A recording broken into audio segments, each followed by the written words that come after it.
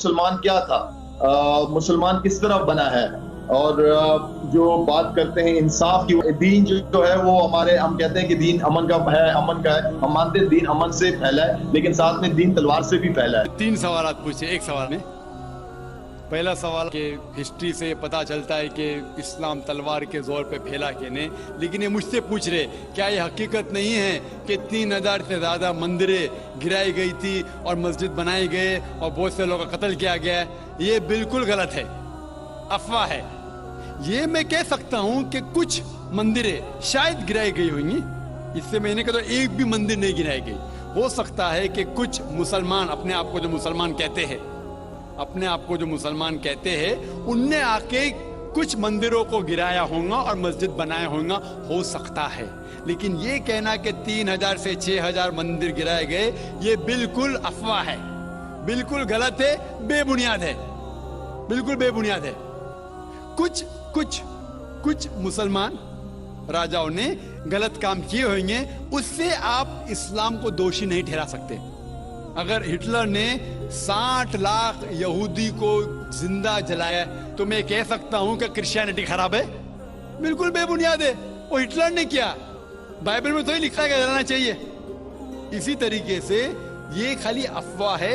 कुछ मंदिरों को शायद गिराया गया होगा, मैं ये नहीं कहता कि नहीं गिराया गया, लेकिन उसको छोटी चीज को लेके उछाला जाता है मीडिया में और किताबें लिखी जाती है। आप देखो टीपू सुल्तान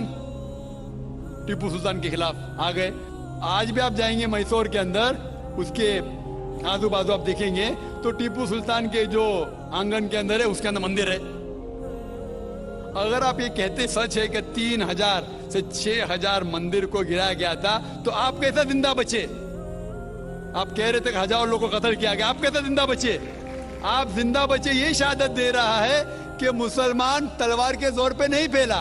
अगर ये सच होता था, आपने कहा हजारों लोग का कत्ल किया, कुछ लोग का शायद कत्ल किया। देखो, हर मजहब में there are black ships in every community. कुछ लोग हर मजहब में खराब निकलते हैं, वो मजहब की गलती नहीं, वो मजहब के मानने वाले की। क्रिश्चियन में आपको कुछ खराब लोग मिलेंगे, मुसलमान में मिलेंगे, हिंदू में मिलेंगे। अभी आप देखेंगे हिंदुस्तान के मुसलमान, कुछ लोग ड्रग में डील करते, ड्रग में धंधा करते।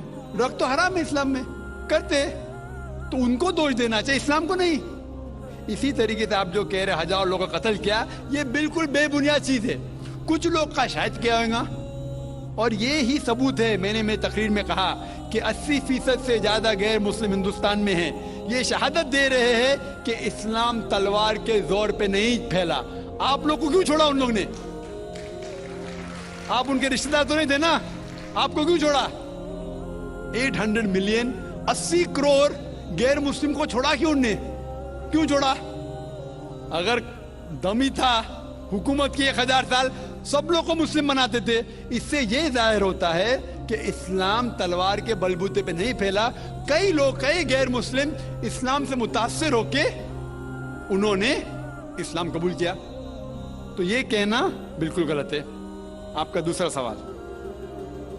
सवाल कि हमें क्या करना चाहिए? ये अलग लॉ नहीं होना चाहिए, सब एक ही कॉमन सिविल कोड होना चाहिए, और सब मजहब की अच्छी चीजें लेके कॉमन सिविल कोड करना चाहिए। मैं आपके बिल्कुल साथ हूं। बाकी मुसलमान शायद आपके खिलाफ होंगे, मैं आपके साथ हूं। क्यों मैं साथ हूं आपके? पहला चीज, हम मुसलमान अगर दिगर मजहब के बारे में जानेंगे, कभी कॉमन सिविल कोड की बात आती, सबसे ज्यादा नारा मुसलमान गलत है। यह मुमकिन ही नहीं है, क्योंकि हिंदुस्तान में हिंदू मजहब के कितने फिरके हैं, यह मुमकिन ही नहीं है। मुसलमान तो सिर्फ 20% या 80% या 75% जो हिंदू लोग हैं, उसमें ही मुमकिन नहीं है। ये कॉमन सिविल कोड हिंदू लोग ही इसको फॉलो नहीं कर सकते। हिंदू मजहब में कितने मुख्तलिफ ग्रोह है। एक कहता है कि बेटी को जाना चाहिए, एक कहता है बेटे को जाना जायदाद, एक कहता है कि जितनी खेती है वो नहीं जा सकती बेटी को, दूसरा ग्रोह कहता है। कितने मुख्तलिफ ग्रोह है, हजारों। ये मुमकिन ही नहीं है पास होना, मुमकिन ही नहीं। मैं कहता हूं, ये अफसोस की बात है कि हम मुसलमान जानते ही नहीं, हमको आवाज करने की जरूरत ही नहीं है। ये खाली हमें छेड़ रहे हैं। क्या कर रहे? छेड़ रहे हैं और हम उकसा जाते। Point number 1।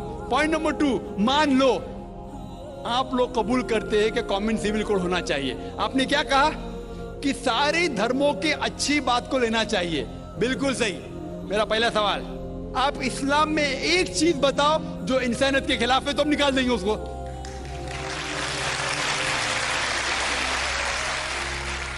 आपका ये कहना बिल्कुल सही है कि बाकी मज़ाहिब की अच्छी चीजें जो है, मिसाल के तौर पे मैंने तकरीर की similarities between Hinduism and Islam, तो जो अच्छी चीजें हिंदुइज्म की मैं ले चुका हूं। Similarities between Christianity and Islam, जो अच्छी चीजें इस आयत में ले चुका हूं। मैं ये पूछना चाहता आपसे, एक चीज जो इस्लाम में खराबी है वो तो बताओ मुझे, तो उसको निकालेंगे ना। लेकिन मंच के ऊपर जब डिबेट होएगा इंशाल्लाह मैं आऊंगा इंशाल्लाह। हाँ, मंच पे जब डिबेट होएगा कि हम क्या करेंगे, हर मज़हब की अच्छी चीज होंगी। तो मैं ये चाहता हूं कि इस्लाम की तरफ से उस मंच पे, उस स्टेज पे इंशाल्लाह मैं आऊंगा। ये चैलेंज है। कोई भी शख्स हिंदुस्तान में हो, मिनिस्टर हों दो, कोई भी स्वामी हों दो, कोई भी शंकराचार्य हों दो, इंशाल्लाह मैं तालिब इल्म हूं इस्लाम और दीगर मज़हब का। मैं तस्लीम करता हूं कि डिबेट होना चाहिए, हक बात जो निकली, लेकिन उसके ऊपर अमल भी होना चाहिए। हक बात जो सबसे बेहतरीन है इंसानियत के लिए, उसके ऊपर अमल होना चाहिए। इसलिए जो आखिरी किताब जो अल्लाह सुब्हानहू व तआला नाजिल की कुरान शरीफ, वो इंसानियत के लिए सबसे बेहतरीन किताब है, उसके ऊपर अमल होना ही चाहिए। आपका तीसरा सवाल, क्या ये हिंदू जो है इनहेरिटेंस के अंदर, ये इनहेरिटेंस जो होता है इस्लाम के अंदर, 1/3 हिस्सा, 1/3 हिस्सा हम विल में दे सकते हैं। देना जरूरी नहीं है, दे सकते हैं। इस्लाम के जो विल के अंदर जो आता है इनहेरिटेंस, वो कुरान की आयत है सूरह निसा की सूरह नंबर 4 आयत नंबर 11, 12 और 176। उसमें कहा गया है कि जो भी आपकी जायदाद है, अल्लाह सुब्हानहू व तआला कह चुका है कि आपके बेटे को बेटियों से डबल मिलेगा। आगे लिखा गया है आपके वालिदैन को 1/6 मिलेगा। सिर्फ अगर बच्चे हैं तो वालिदा को दोनों को 1/6, अगर बच्चे नहीं है तो वालिदा का 1/3। आगे बढ़ती है आयत नंबर 12 पे लिखा है कि आपकी बीवियां जो आपके लिए छोड़ेंगी, अगर बच्चे नहीं आपको आधा मिलेगा, बच्चे हैं तो 1/4 मिलेगा। आप जो आपके बीवियां के लिए छोड़ते हैं, बच्चे नहीं तो उनको मिलेगा 1/4, 1/4। बच्चे हैं तो 1/8, 1/8। डिफिकल्ट है याद रखना, आप जाके रेफरेंस देख सकते हैं, सूरह निसा सूरह नंबर 4 आयत नंबर 11 से 12। और इसके बाद अगर आप किसको विल करना चाहते हैं अपनी जायदाद, मैक्सिमम 1/3। लेकिन ये विल जो करेंगे आप, ये इन लोगों में से नहीं होना चाहिए। आपने कहते थे कि मैं मेरे बेटे से ज्यादा मोहब्बत करता हूं, बड़े बेटे से, इसलिए उसको ज्यादा दूंगा, ये बिल्कुल गलत है। लेकिन जो ये दायरे में नहीं आते हैं इनहेरिटेंस के, उनको आप 1/3 हिस्सा दे सकते हैं। आप कहते हैं आपको ये चीज बहुत पसंद है, आप भी करना चाहते हैं, आपको कौन रोक रहा है? इंडियन गवर्नमेंट के हिसाब से आप अगर विल करेंगे, क्या मैं मेरा 1/3 हिस्सा देना चाहता हूं, कोई भी रोक ले सकता हूं, मैं भी नहीं ना मिनिस्टर भी नहीं। और पूरा अगर फॉलो करना चाहते सच्चा धर्म, आप इस्लाम कबूल कर सकते, हम आपको वेलकम करते। आखिर दावाना अल्हम्दुलिल्लाह रब्बिल आलमीन।